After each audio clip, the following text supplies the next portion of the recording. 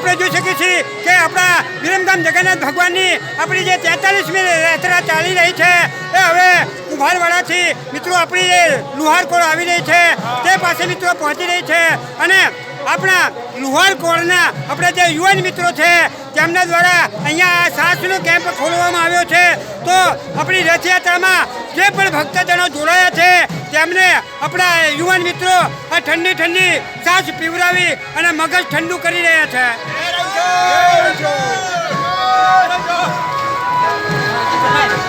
મિત્રો આપણા જે આ લુહાર કોળના જે યુવાન મિત્રો છે એ છેલ્લા 18 વર્ષથી આવી રીતે દર રથયાત્રામાં કોઈને કોઈ કેમ્પ પણ ખોલી અને પોતાની સેવા અહીંયા આપી રહ્યા છે મિત્રો આપણે જોઈ શકીએ છીએ કે આપણા આ યુવાન મિત્રો અહીંયા પધારેલા દરેક ભક્તજનોને આગ્રહ કરી અને આ ઠંડી સાસ